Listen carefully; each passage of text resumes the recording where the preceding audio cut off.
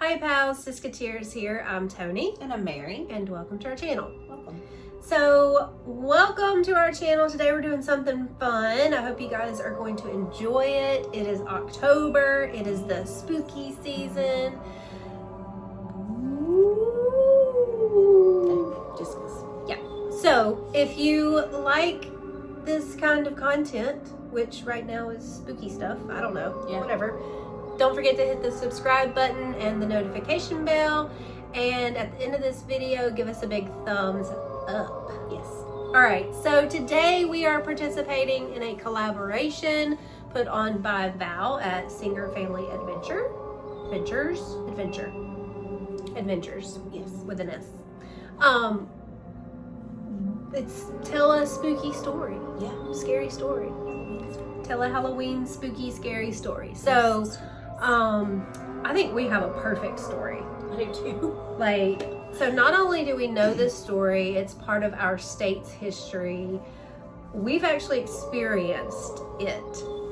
Okay, so this story we thought would be fun to tell because not only, like I said, we've experienced it. Yes. Yeah. So we have what's called the 13 Alabama Ghost. Yes. It's a book that was written by someone detailing very well-known ghosts in the state of Alabama. Yes.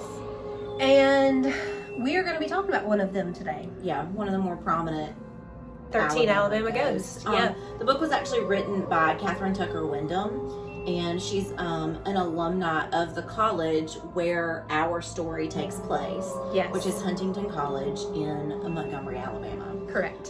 Which is the capital of our state. That is correct. So I'm just going to give kind of like a little overview, and then I'm just going to read you the story. Yeah. And then we'll tell our personal experience with this particular ghost. Yep. So basically, just kind of the gist. Cue the spooky music. From hotels and restaurants to cemeteries and plantation homes, there are many haunted places located throughout Alabama. As a matter of fact, many of these places have been haunted for centuries. One place in particular that's seen its fair share of ghosts is Huntington College. All right, so founded in 1854 and located in Montgomery, Alabama, Huntington College is a liberal arts college that's affiliated with the United Methodist Church. If you don't know that, that's the information. I think it used to be an all-female college. I think so. In 1935, they started enrolling male students. So back when this story takes place, it was an all-female college. So that's kind of the backstory. Yes. According to legend, several ghosts live at Huntington College. However, its most famous ghost is known as the Red Lady. Ooh, the Red Lady. As the story goes, the Red Lady is the ghost of a girl named Martha, a freshman who attended Huntington College during the early 1900s. Martha was a wealthy girl from New York and very unfriendly. She didn't want to leave New York to attend college, so she took her anger out on everyone there. Because of this, no one would share her dorm room, which was located in Pratt Hall, which is like the biggest dormitory on Huntington's campus. Well, that is until the dorm president, which would have been like the RA, decided to give Martha a chance and room with her. However, she quickly moved out because of Martha's cold demeanor. When Martha returned to the dorm room, she witnessed her roommate moving out, and Martha told her she would regret it. Oh, no. Martha stopped attending classes. The dorm president went to her room to see if anything was wrong.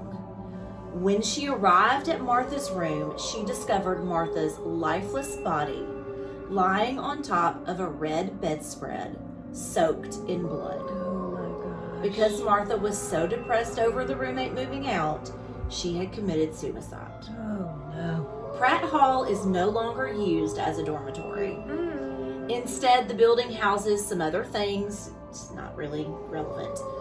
But over the years, many students have reported seeing a red apparition strolling the hallway on the 4th floor. The Red Lady! This is the floor where Martha lived and died. Some students say they've even witnessed Martha's spirit passing through the halls. Oh, I just got the chill bumps. Another thing that we were told when we were younger about the Red Lady is that you could see her silhouette or her shadow in the window of her dorm room when you were outside the dorm. Yeah. If we can find a picture of of Pratt Hall, Yes. we can put it up here and kind of like circle what room would have potentially been hers. Yeah. So for us, I know Yeah. I think you only went once. Yeah, I think so too. So Yeah. for us, I was a cheerleader all through high school, and our cheerleading camp was always held at Huntington College. Yes. And we, for some reason, when we went, were always housed in Pratt Hall to stay for the week for cheerleader camp. Yeah. And we were always told every year, we always got this story Of the Red from Lady. the camp counselors. They would tell it to us for all of us staying in Pratt Hall. And I guess when I was a junior in high school, It would have to have been a junior because I was a cheerleader only in middle school, and I was in the 8th grade when you were a junior. So that that was the only time that we were there together. okay. So we were there I was there. for a week for cheerleading camp, and everybody wants to try to see her, or everybody wants to go up to the 4th floor. They didn't use the 4th floor. And you weren't really allowed to go up there. You weren't supposed to go up. It was, kind of roped off. Now, they used it for college dormitories. Yeah. But we just didn't use the 4th floor during cheerleader camp. Right. And mostly probably because they did tell this story, and it was kind of like... Just kind of kept that off limits. Yeah. So, we always wanted to try to catch her or see her or, teenage Experience that, yeah. Yeah. Well, I tell you... When you actually finally experience that, it was so scary. It was so terrifying. Terrifying. So I don't know if it's like the middle of the night. I think it was like late night. Like so maybe 10 like or so, 11 10 or or 12. 11? Because you're at cheerleading camp, so you don't stay up late. You have to go to bed. So you have to get up early.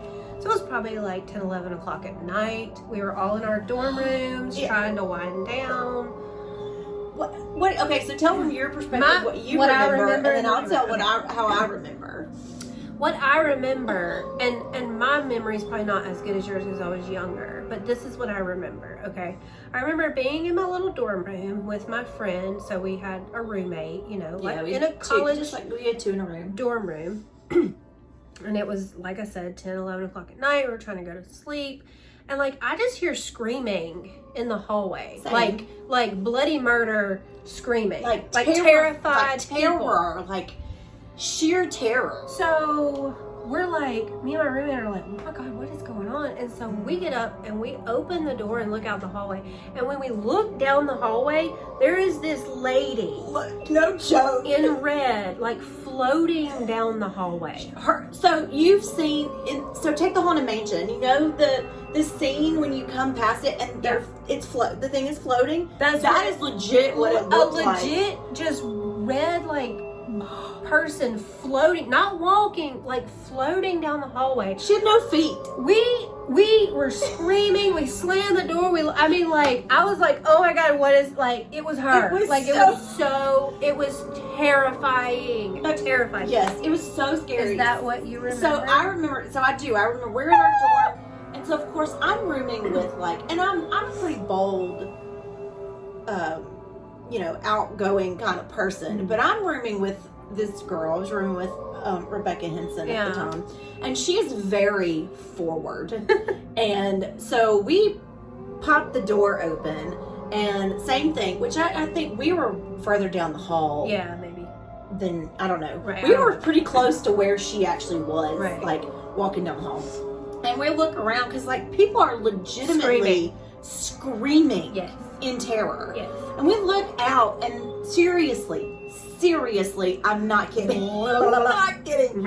She had no feet. No, she was floating. She had no feet. Floating. She had no feet. Floating. And of course, this girl that I'm rooming with steps out into the hallway, and I'm like, what are you doing? So, of course, I leave and go the other direction. Then, I don't know know if she disappeared. I don't know what happened. I don't know what happened We after closed that. the door, so I don't know. But there was more to that, though. So people were like chasing her through the hallways and saying that when they got close to her, she was not there. So that it was like, I wasn't doing that, but the girl I was rooming with did. And so she was like, every time you get close to her, there was nothing actually there. What? What? No. No. I was not, no. No. Y'all, it was so scary. It was scary. And that was the last year that they used that dormitory for cheerleader camp. It was. It was the last They year. shut that down. So when I was a senior and we went back, they no longer were using that dorm. We were using different dorms to stay in for cheerleader camp. Now, I don't know if they used it for campus people. They don't do that anymore. It's used for something different. Yeah. And I do think that the top floor, the fourth floor, which is the top floor, is not in use at all, I would think. They just kind of barricaded it off. Yeah, no. But it was a no-no to go up there. But I do remember being able to get up there. I went up there. Tried to It look. was really creepy feeling, though. Very creepy up there on that floor. I just remember me and like some of the other girls I was with my age walking up there, and it was like, it was just creepy. Yeah. You just had a weird feeling about it, and we didn't stay very long. We just peeked in and looked, and well, because all the doors have in that dorm had like the little peephole in them. And so we would always like, but you can't see in, so we would always try to like look through. But they also didn't they have like a window above the door? I think, yeah. For some reason, I feel like they did, because I feel like I was trying to do like shoulder stands to look over outside. into the room. Yeah. But yeah, that was always such a scary, creepy thing growing up. Like being in the same place as like such a famous ghost of our state. Yeah. And then having an experience that you just like, you really don't even know what just happened. Yeah, it was bizarre. So for a really long time, we always just thought it was like camp counselors. Yeah, like Just doing playing pranks, or like trying to whatever. scare the girls or whatever, but she had no feet. Yeah, there was something about this that was eerily real. Yeah, it was very different than just somebody pulling a prank. I don't know. It was very strange. Maybe it wasn't. Maybe it was. I don't know. Who knows? It was terrifying. It was terrifying. And that's that. It was scary, but it's a good story. It's a fun story. And she is one of the 13 Alabama ghosts. We'll link a link to that, the 13 Alabama ghosts, down below if you're interested to check that out. We've also had an experience with one other of the 13 Alabama ghosts in the jailhouse on the way to. Oh God. Yeah. So anyway, on the way down there. What's it called? Down there. To Huntington? To down there. I don't know. No, it's Somewhere. on the way to Mississippi. Yeah. Isn't it? Yes. Yeah, he's in the.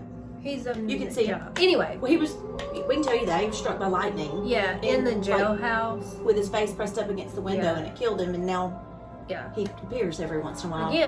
Okay, so that's our story. Yep, that's it. Yeah, thanks Val for inviting us. Yeah, this was fun. Yeah, we'll link all the participating channels down below. I'm interested to see everybody's spooky Halloween story. Yeah, fun. It'll be fun. So leave a comment down below if you heard of the Red Lady. Yeah, let us know if you've heard of the Red Lady or the you've heard 13 her. Alabama ghost, or have you experienced a ghost? any type of situation like that? Yeah. And until next time, TTFN. Ta-ta for now.